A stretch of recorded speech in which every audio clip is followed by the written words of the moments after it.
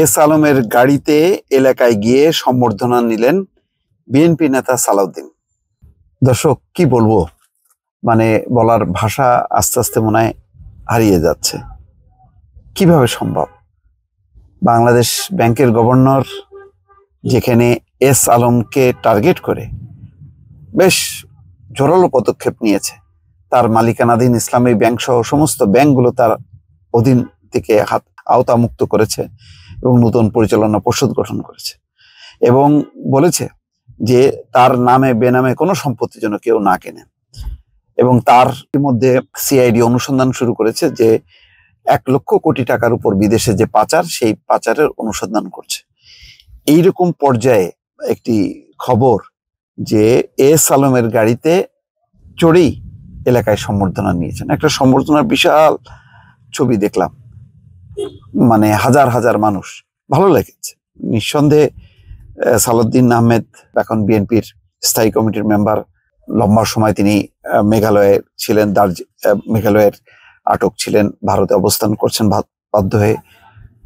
মানে তার উপরে যে অত্যাচার নিপীড়ন হয়েছে এটা খুবই নিন্দনীয়। কিন্তু এখন যা হচ্ছে সেটাকে দুর্নীতির বিরুদ্ধে অভিযান কি চলবে না, সব কি ম্যানেজড হয়ে যাবে, এরকম একটি কিন্তু পারসেপশন আসতে পারে।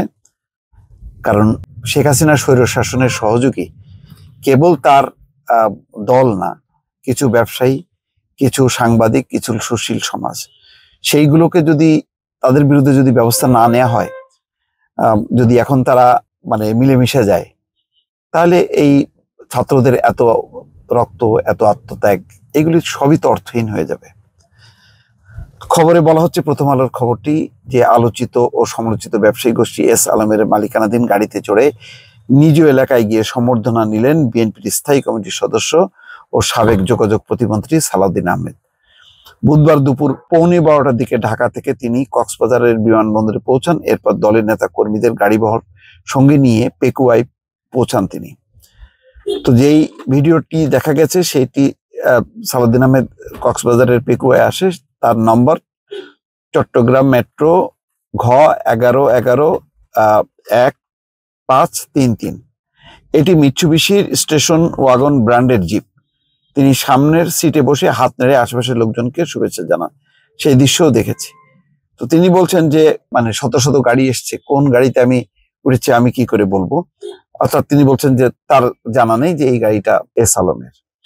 এর মধ্যে আরেকটি খবর নিশ্চয়ই দেখেছেন যে এস আলমের যে বিলাসবহুল গাড়িগুলি বের হয়ে যাচ্ছে একের পর এক, 14টি গাড়ি, সেগুলো বিএনপি 3 নেতা পাহারা দিচ্ছে এবং তাদেরকে শোকজও করা হয়েছে।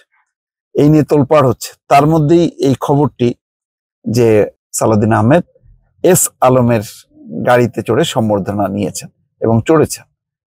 এটা সত্যি সাধারণ মানুষ যাদের একটা আকাঙ্ক্ষা যে শেখ হাসিনা এবং তার দোসরদের বিরুদ্ধে একটা জোরদার পদক্ষেপ নিক, তারা নিশ্চয়ই হতাশ হবে এই ধরনের খবর যখন কি তাদের সামনে আসবে।